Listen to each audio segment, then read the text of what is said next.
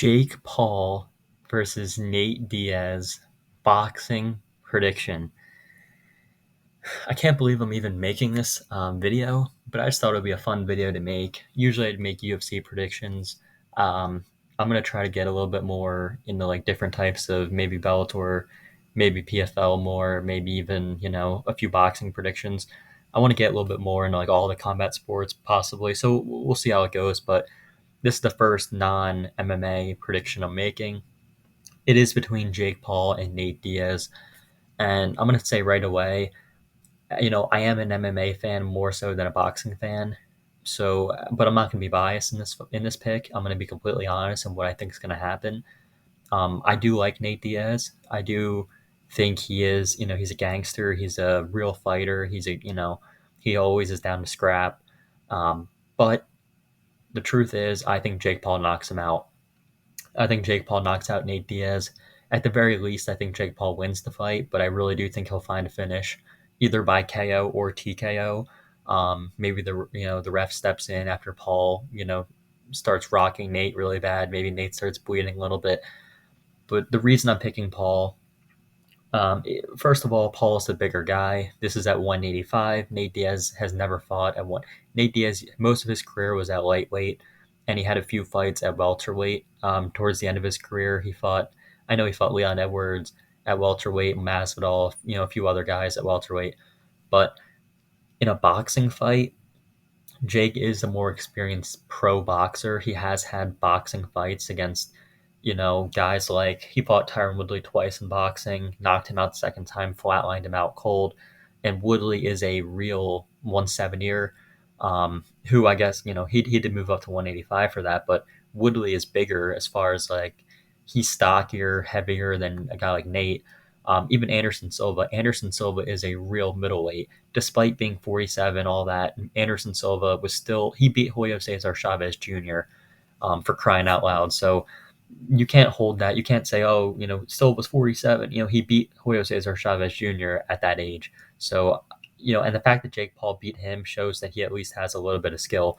I know he lost to Tommy Fury, which that fight, it wasn't the best look for Paul. I'm not going to say it was like a terrible look. I mean, he fought a real boxer and a real boxer beat him, but it wasn't like Tommy Fury destroyed him and dropped him. And, Tommy Fury won the fight clearly, especially upon watching the rematch, but it wasn't like Tommy Fury completely annihilated him. Like Paul was, he hung in there and made it the distance. Uh, but I just think against Nate Diaz, Diaz is not the boxer that Tommy Fury is. He didn't grow up boxing. He's an MMA fighter. Jake Paul, he has the power edge. I know that Nate's got the cardio, but I don't think Nate's going to have enough cardio to be able to really effectively use it against Jake Paul. And I do think the reason I think power is a big deal here is because let's say it gets to like the seventh, eighth, ninth. Let's say it gets to like the late rounds, right? It gets to be the late rounds of the fight. I don't see Nate Diaz being able to just apply. Sure, he might be able to apply pressure on Paul, but Paul could crack him with one right hand, and Nate could, he knows, oh, okay, I can't just keep charging in at him like a zombie and start throwing volume because this guy can crack. And nobody thought Jake Paul would flatline KO Tyron Woodley until he did. I'm not saying, I don't know if he's going to flatline KO Nate Diaz, but he could drop Nate Diaz. He could really hurt Nate Diaz on the feet. And if he cracks him and drops him, I think Nate will be a little bit cautious about, pushing forward, knowing that Jake is a big guy that has a lot of power. And I do think Jake Paul, I think he will go to the body of Nate to try to slow him down a little bit. I know, I really think the main thing that people say on the side of Nate is that, he's just going to tire out Paul and then beat him later.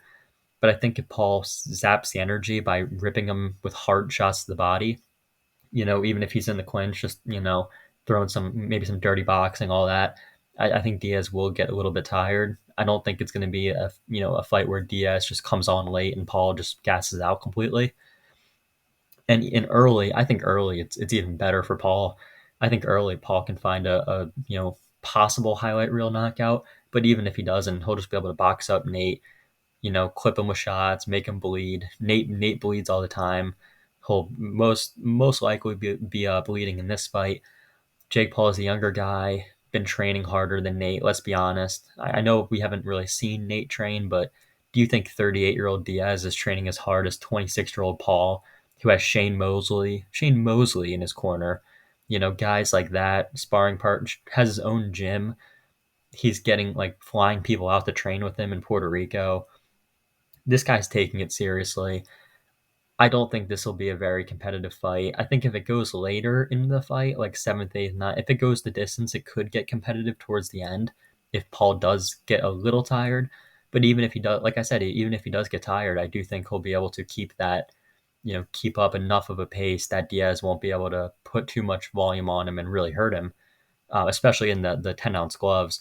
It's not like Nate Diaz was hurting a ton of people. He did rock Leon Edwards at the end of their fight, but that was in 4-ounce gloves, and Nate isn't known for his power. Nate can crack a little bit, but he's not known for his power. He's not known for knocking people out. And Paul is with 10-ounce gloves. He's known for having that right hand. He's not the most technical guy, but if he touches you on the chin, he can hurt you bad. He's a big guy. He's a young guy. Could be on a little bit of PEDs. I'm not really sure. Most likely he is. So I think you got to add that into the mix as well.